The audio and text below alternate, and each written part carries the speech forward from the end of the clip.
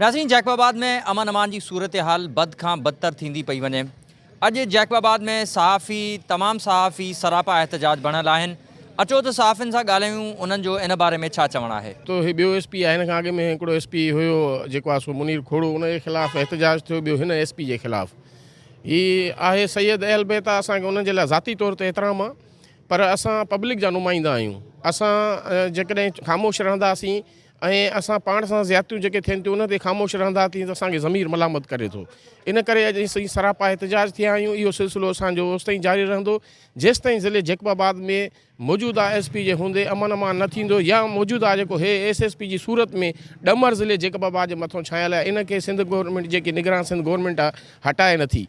हाणे तव्हां चओ था त एहतजाज छाजे करे सहाफ़ी कनि था। हिकु त शहर जो अमन ई तबाह आहे। ज़िले जैकबाबाद जे टिनी तालुकनि गड़ी खेरो ठुल जैकबाबाद ज़िले जे नंढे वॾनि शहरनि में जेको आहे सो चोरियूं फुरूं ॾींहुं ॾिठे जो जैकबाबाद शहर जे अंदरि क्लाशनि सां हिकिड़ा फुरून जेके मोटरसाइकिलूं जेका फुर बि कनि था त चोरियूं बि कनि था। साॻे वक़्तु जेको आहे सो district union of journalist Jacobabad press club जो असांजो अहम उहिदेदार आहे हज़ूर बख्श मुगरी, उनजे भाणेजे खां जेको आहे सो मोटरसाइकिल चोरी कई वई। उनजे मोटरसाइकिल खे जेको आहे सो चोरी कयो वियो। उनखां पोइ असांजो सहाफ़ी आहे राजा ब्रोई, उनजो पोल्ट्री जो कारोबार आहे। उनजी गाॾी जेको आहे सो पंजाब खां मुर्गियुनि जी भरिजी अचे पई। DSP जेको आहे सो ठुल उनखे रोके, लख रुपया उनखां रिश्वत वरिती। इनजी असां निशानदाही कईसीं SSP आॾो, पर SSP मञण जे लाइ तयारु न आहे। उनखां पोइ जेको आहे सो असलम गोलो आहे, उनजी ऑफिस जे सहाफ़ी आहे, उनजी ऑफिस जे हेठां जेको आहे सो मोटरसाइकिल चोरी कई वई। अहिड़े तरीक़े सां खोड़ सारे सहाफ़ियुनि खोड़ सारे शहरनि सां ज़्यादती ऐं ज़ुल्म। इन MD उमराणी जेको आहे सहाफ़ी आहे, उनजी बि जेको आहे सो मोटरसाइकिल चोरी थी वई। अहिड़े वक़्तु जॾहिं असां निशानदाही SSP आॾो कयूं था, पर SSP मञण जे लाइ तयारु न आहे। असांजे एहतजाज खे तव्हां छॾियो, असां त अॼु एहतजाज कयो आहे, लिखंदासीं बि लिखूं बि था, पर साॻे वक़्तु मां हिकिड़ी ॿी ॻाल्हि कयां थो त डिस्ट्रिक्ट एंड सेशन जज हिन मामले जो नोटिस वरितो आहे। हीअ साहिब मौसूफ़ चए थो त जेको आहे सो चौकियुनि ते कुझु बि न पियो थिए। शहरनि जो जेको माल अचे थो, जेको उतां जेको कस्टम पेड आहे, उनखे लाहे करे पुलिस वारा अधु पाण खणी करे शहर में विकिरो कनि था, अधु जेको आहे सो उनखे ज़ाहिर कनि था। ऐं जेको SSP मञण जे लाइ तयारु न आहे, जंहिंजो नोटिस जेको आहे सो सेशन कोर्ट वरितो आहे ऐं जेको आहे सो संदसि DSP खे जेको आहे सो 13 नवंबर ते तलब कयो वियो आहे। अहिड़े तरीक़े सां असां सिंध गवर्नमेंट खां, निगरान सिंध गवर्नमेंट खां, IG सिंध खां जेको आहे सो मुतालबो कयूं था त मौजूदा SSP खे हटाए सहाफ़ियुनि जूं जेके चोरियूं थियल मोटरसाइकिलूं, शहरनि जूं जेकी चोरियूं थियल मोटरसाइकिलूं फुर थियल आहिनि, उहे वापसि कयूं वञनि ऐं कंहिं ईमानदार ऑफिसर खे जेको आहे सो SSP हिते मुक़ररु कयो वञे। ॾिसो, जैकबाबाद जे सहाफ़ियुनि हमेशह न सिर्फ़ु पंहिंजे कलम जे ज़रिए आवाज़ु उथारियो आहे, पर हर ज़्यादती जे ख़िलाफ़ु उन्हनि अमली तरह बि जेको आहे पाण बि जेको आहे उनमें हिसो वरितो आहे। अॼु जैकबाबाद ज़िलो जेको आहे बदअमनी जी बाह में ॿरी रहियो आहे। शहर में फुरूं धाड़ा चोरियूं रोज़ जो मामूल बणियल आहिनि। डेली जेको आहे सॼे ज़िले में जेको आहे इहे फुरूं चोरियूं धाड़ा थियनि थियूं। शहर जैकबाबाद में क्लाशन कोफ़ सां फुर थी रही आहे। क्लाशन कोफ़ सरेआम खई माण्हू वधान पूरा कंदा, पर पुलिस जेको आहे उन्हनि खे गिरफ़्तार करण लाइ तयारु न आहे। पुलिस जी का रिट जेकी आहे असांखे नज़र नथी अचे। अमन अमान जेको आहे सॼो तबाह थियल आहे। हाणे फोरुनि खे ॾिसी पुलिस पाण फोरू थी वई आहे। DSP ठुल ऐं SHO A सेक्शन ठुल असांजे सहाफ़ी राजा रियाज़ बिरोई जेको पोल्ट्री जो कारोबार कंदो आहे, उनजी गाॾी खे रोके ईरानी तेल जे बहाने उन मां 200 लीटर तेल कढियल आहिनि। 1 लख रुपयो जेको आहे हुननि ड्राइवर खां फुर कयो, जंहिंजी असां SSP खे दाह ॾिनीसीं सहाफ़ियुनि वञी करे। असां चयोसीं जेकॾहिं असां कूड़ा साबित थियूं त असां 5 लख रुपया ॿी चिटी भरण लाइ तयारु आहियूं। जेकॾहिं तव्हांजो DSP ऐं SHO SSP खे चयोसीं कूड़ा थियनि त उनजे ख़िलाफ़ु सिर्फ़ु क़ानूनी कार्रवाई कयो, जेको असांजो हक़ु आहे। पर SSP उनजे ख़िलाफ़ु को क़ानूनी कार्रवाई न थियो, जंहिंमां सिधो सो इहा ॻाल्हि साबित थिए थी त SSP इन्हनि फोरुअनि सां, न सिर्फ़ु हुननि फोरुअनि सां, पर पंहिंजे पुलिस जे फोरुअनि सां बि जेको आहे भाङे भाईवार बणियल आहे। छाजे खां उहो उन्हनि जे ख़िलाफ़ु को कार्रवाई नथो करे। असां जेको आहे न इन पंहिंजो IG सिंध जेको आहे ॿियो घरू वज़ीर निगरान खां इहो चवंदासीं त हीअ जैकबाबाद में निगरान जेकी वज़ा हुकुरमान आहे उनजे लाइ जेको आहे हीअ बदनामी जो बाहिस ठही रहियो आहे। इन जे करे SSP खे हटाए करे कंहिं फ़र्शनास SSP खे मुक़ररु कयो वञे, जीअं त आवाम सुख जो साह खणे। वॾी महिरबानी तव्हांजी। जो अॼु जो जेको सहाफ़ियुनि जो एहतजाज आहे, उहो ज़िले में अमन अमान जी बदतर सूरत हाल ऐं सहाफ़ियुनि सां थींदड़ ज़्यादतियूं, सहाफ़ियुनि जे ऑफिसनि जे ॿाहिरों चोरी थियल मोटरसाइकिलूं ऐं उन जी जेके नफ़्सी न थियण जे करे, ऐं SSP जैकबाबाद तरफ़ां जेके इक़दामात कया विया आहिनि, उहे इक़दामात जेके आहिनि अमल नथो थिए। इन जे करे इहो सभु कुझु कयो थो वञे। इन करे असां सहाफ़ियुनि जेको आहे त पुलिस जी नाजाइज़नि ऐं ज़िले में बदअमनी जे ख़िलाफ़ु एहतजाज कयो आहे।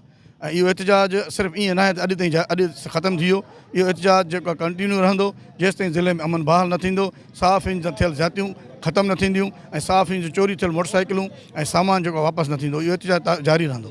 बिस्मिल्लाहिर्रहमानिर्रहीम से अॼु जो एहतजाज हुयो असांजे सहाफ़ियुनि जो हिकु शर्म जोगी ॻाल्हि हुई पुलिस इंतज़ामिया जे लाइ त जेको आहे सो अॼु कलम धणी जेको आहे सो एहतजाज ते निकिता। असल में मसइलो इहो हुयो त असांजे हिते ज़िले में ही जॾहिं खां ही SP आयो आहे पाण खे सॾाए थो त मां ईमानदार आहियां, पैसा नथो वठां, कुझु बि नथो कयां, कोई करप्शन नथो कयां। हा, असां बि इनखे तस्लीम कयूं था त बिल्कुलु करप्शन नथो करे, लेकिन जेके SHOs आहिनि, ऑल SHOs आहिनि ऐं कुझु SHOs हिकु अधु इन सॼे ज़िले में कोई हिकु या ॿ SHO जिन्हनि अमन अमान बि बहाल करायो आहे ऐं पंहिंजी हद में जेके 2 नंबरी जा कम आहिनि उहे सभु बंदि कराया आहिनि। बाक़ी ऑल SHOs तक़रीबन 2 नंबरी जा कमु कनि था पिया, गाॾियूं स्मगलिंग कराइनि था पिया, ॿिया टियां जेको कुझु बुरो कमु थिए थो, स्मगलिंग जो कमु थिए थो, उहे कराइनि था। ही उन्हनि जो सहूलियतकार बणियो वेठो आहे।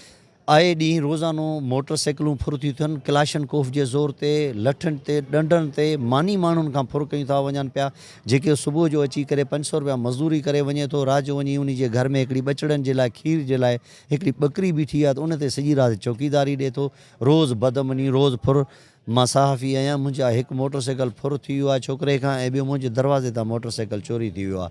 असलम गोले जो मोटर साइकिल, हज़ूर बख़्श जो, सभिनी सहाफ़ियुनि जो, ऐं शहर में रोज़ बदमनी आहे, क्लाशन सां हिते रोड ते फुर्ती थिए पई। असांजो इहो एहतजाज हुयो त असां था चऊं त जेकॾहिं तूं करप्शन बि नथो करे पियो, अमन अमान बि बहाल नथो कराए, त पोइ तुंहिंजो रहण जो हक़ ई कोन्हे। उनजे करे ही थो चवे त साईं मां सभु कुझु कंदुसि, ऐं एविडेंस असां ॾिना आहिनि, वीडियो ॾिना आहिनि, माण्हू पकड़िया अथऊं, कारूं पकड़ियूं आहिनि पुलिस, उहे माण्हू छॾे ॾिना अथऊं, उहे पैसा उहे थाणे ते बीठा जेके माण्हू ॻाल्हाइनि था उहे पैसनि ते वरी हिननि छॾे ॾिना आहिनि ऐं FIR में ॾेखारनि था साईं उहे गाॾियूं छॾे भॼी विया, उहे असां वटि आहिनि। उहे वीडियो ॾिना आहिनि बि इहे कुझु नथो करे, त एतिरो नाअहल आहे। उन नाअहल इन SSP खे हटाइण जे लाइ असां IG सिंध ऐं सिंध जे निगरान वॾे वज़ीर जेको साबिक़ा चीफ जस्टिस आहे उन खां इहो मुतालबो कयूं था पिया त हिन खे असांखे हटायो वञे ऐं जेकबाबाद में कोई ईमानदार फ़र्ज़शुनास SSP मुक़ररु कयो वञे त जीअं बदअमनी ख़तमु थिए ऐं अमन अमान बहाल थी सघे।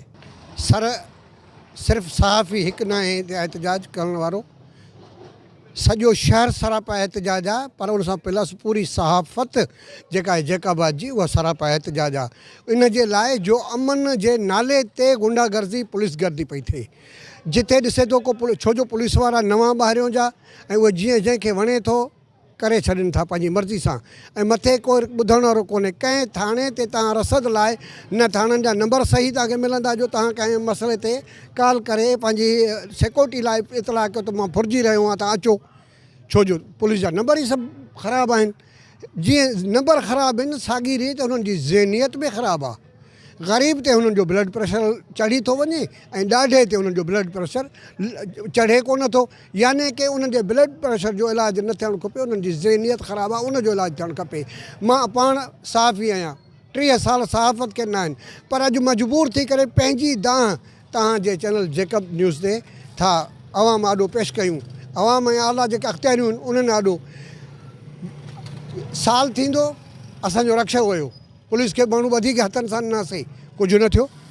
वरी हाणे रिसेंटली सिविल लाइन थाणे जी हद मां जिम्स अस्पताल जे ॿाहिरियां बीठल असांजी बाइक चोरी थी वई ॾींहुं मंझंदि जो।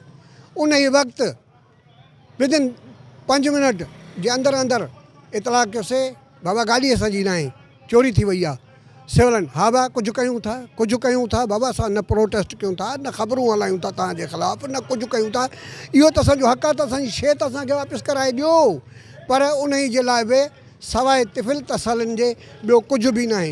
ऐं ॾिठो वञे त जेको रोड आहे उन रोड ते सॼी नज़र आहे SP साहिब जी ऐं उनजे कारिंदनि जी। अटो काथों क्रॉस कराइणो आहे, घी ईरानी काथों क्रॉस कराइणो आहे, पान पराग किथां क्रॉस कराइणो आहे, तेल कहिड़े टाइम क्रॉस कराइणो आहे।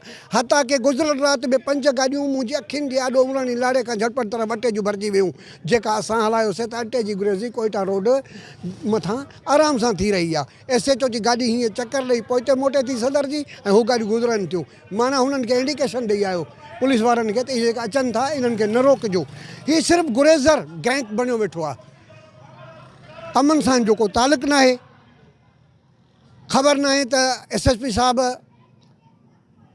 अहिड़ी रीति छो पियो हले, जो रविश पब्लिक सां रखण जो हिकिड़ो दर्स ॾिनो वियो आहे त भले पब्लिक बेज़ार थिए। निगरान हुकूमत में हालांकि गैर सियासी ऑफिसर हूंदा आहिनि, वॾियूं उमेदूं हूंदियूं आहिनि अवाम जूं इंसाफ़ ऐं तहफ़ुज़ जूं, पर हिते लॻे थो त झंगल जो कानून लॻल आहे, जंहिं घिटीअ मां ॾिसो फुर्ते थी, जंहिं रोड तां फुर्ते थी, ॾींहुं मंझंदि हुजे, राति हुजे, आधी राति हुजे, को कंट्रोल न आहे, कजे त छा कजे। इन जे लाइ असीं निगरान वज़ीर आला सिंध जेको आहे ऐं निगरान वज़ीर आज़म जेको आहे, निगरान होम मिनिस्टर जेको आहे ऐं IG साहब खे, ख़ासि करे जिसकाणी साहब DIG लाड़काणो खे गुज़ारिश कंदासीं त पुलिस जे अंदरि जेका हिते नाइली जो हिकिड़ो सिस्टम हली रहियो आहे, इन खे बारीकबीनी सां ॾिसनि त इहो ज़ुल्म छो थो थिए ऐं जेके ग़रीबनि जूं चोरियूं थी चुकियूं आहिनि, कंहिंजूं फुरूं थी चुकियूं आहिनि, जीअं असां बि मुतासिर आहियूं, मोटरसाइकिल सॼा वियल आहिनि, त इहे असांखे रिकवर कराए ॾिना वञनि। त असल वजह आहे जैकबाबाद ज़िले जे अंदरि अमन अमान जी सूरत हाल। तव्हां ॾिसो था सॼे ज़िले जे अंदरि पुलिस नाले का शइ आहे कोन, पुलिसिंग कोन्हे। हे जेको SSP साहब आयो आहे, इहो सिर्फ़ु सिगरेट पीअण में, ऑफिस में सिगरेट पीअण जो ॾाढो शौक़ीन आहे। चैन सां सिगरेट पींदो, हिकु सिगरेट ख़तमु थींदो, ॿियो पींदो, पर हुनखे इहा ख़बर न आहे त पुलिसिंग कीअं कबी आहे शहर जे अंदरि, ज़िले जे अंदरि। इहा का ॼाण कोन्हे। हाणे हिन जो कमु इहो बचो आहे त पुलिस जेकी आहे उहा हाणे पुलिस फुर शुरू कई आहे। कुझु ॾींहं अॻु में तव्हां ॾिसो त हिकिड़ो सहाफ़ी जो जेको कारोबार कंदो आहे कुकड़नि जो, उनजो ड्राइवर अचे पियो गाॾी कायूं, उनजे ड्राइवर को ₹1,00,000 उनजे खीसे में कढी वरितो, माना धाड़ेलनि वारो कमु। सहाफ़ियुनि जे ऑफिसनि जे हेठां मोटरसाइकिल चोरी थियूं। तव्हांजे साम्हूं आहे असलम गोलो साहिब जे मोटरसाइकिल ऑफिस जे हेठां 2 मोटरसाइकिल चोरी थियूं आहिनि। अहिड़ा केतिरा ई वाक़िया आहिनि शहर जे अंदरि थियनि था। विच शहर जे अंदरूं जेको आहे शयूं गुम थी वञनि थियूं, धाड़ा लॻनि था, पर हिन SP साहब खे का ख़बर कोन्हे। हिनखे सिर्फ़ु इहा ख़बर आहे त मूंखे सुबुह जो ऑफिस वञिणो आहे, उते वेही सिगरेट पीअणो आहे, बसि। हिन जो सॼो कारोबार जेको आहे हिकु UT DSP हुनजे हवाले आहे। उहो UT DSP जो कमु इहो आहे त कमाइणो कीअं आहे, उनखे ख़बर आहे कहिड़ी गाॾी किथां गुज़रंदी, उनखे उनजा माण्हू रखियल आहिनि, उनखे पैसा अची ॾियनि था, बसि। हिन जी पुलिसिंग इहा आहे, हिन जी आहे। उनजे करे असां SSP जे तबादले जो मुतालबो कयूं था निगरान वज़ीर आला खां, IG सिंध खां। जेकॾहिं ईअं रहियो त जैकबाबाद जे अंदरि अञा सूरत हाल ख़राबु थींदी। तव्हांखे ख़बर आहे त ॿिटा क़तल थियनि था, पर हिननि खे का ॼाण कोन्हे। हे सिर्फ़ु इन अमल में पूरा आहिनि। ये भाईजान मोटरसाइकिल हमारी प्रेस क्लब, जो आप लोगों का प्रेस क्लब है, इसके साथ में जगह है, यहाँ से चोरी हुई थी 4:30 बजे 2-3 दिन पहले। जी, दिन को, बिल्कुल दिन को हुआ। पुलिस बिल्कुल भी नाकाम है, ऐसे अपनी मंथलियों में खुश है, बाईपास इधर उधर कर रहा है, लेकिन ये अमन अमान नहीं है शहर में। किया गए, सिटी थाना गए, वहाँ पे बिल्कुल SHO ने हमें रुख नहीं दिया, बोला ठीक है बस करते हैं, बस निकलो जाओ, बस निकल के आ गए। अभी तक कुछ नहीं हुआ है। बिल्कुल नाकाम है, बिल्कुल भी 100% नाकाम है पुलिस, बिल्कुल नाकाम है। ये भी नाकाम है, कुछ नहीं कर रहा है, निकल ही नहीं रहे शहर में, नहीं हो रहा है। कल की बात है, ये अपना क्या वकील है जो वहीद वागो, इसका भी मोटरसाइकिल चोरी हो गया इसके घर के सामने से, दोनों साथ में, हमारा और उसका दोनों साथ। ये तो कल का वाक़या है। पुलिस अगर कर सके तो कुछ करे ना, खामोश तमाशा ही है। पुलिस इंजॉय कर रही है, बस अपनी मंथलियों में खुश है, रुख नहीं दे रहे, गरीबों का कोई नहीं है। लावारसों की तरह निकालते हैं कि बस जाओ, बस NC हो गई ना, बस जाओ, हम देखते हैं। मुतालबा हमारा यही है कि हमारा मोटरसाइकिल वापस किया जाए, और तो हमारी कोई पुलिस वालों से दुश्मनी नहीं है। वो अपना फ़र्ज़ अदा करें, जो ड्यूटी है वो ड्यूटी करें, शहर में अमन अमान कायम करें, और क्या। नालो आहे, मां पाण जाफ़री आहियां, जैकबाबाद टेदरी में मुलाज़िम आहियां। 25 तारीख़ मुंहिंजो टेदरी जे आम्हूं साम्हूं DC ऑफिस जे अंदरि, बाउंड्री जे अंदरि, मुंहिंजो मेरान गाॾी 2016 मॉडल उतां चोरी थी वियो आहे। पोइ उन खां बावजूदि SP हाउस आहे साम्हूं, उन जे कैमरा में अचे थो, साम्हूं अचे थो, सफ़ा साफ़ थी अचे थो, उन मां ज़ाहिर थिए थो त गाॾी चोर नेनि था, ॿ ॼणा ज़ाहिर आहिनि। DC साहब वटि वियो आहियां, चई मां SP साहब खे चयो आहे, SP साहब सां वञी मिलियुमि, चई DSP सां मिल।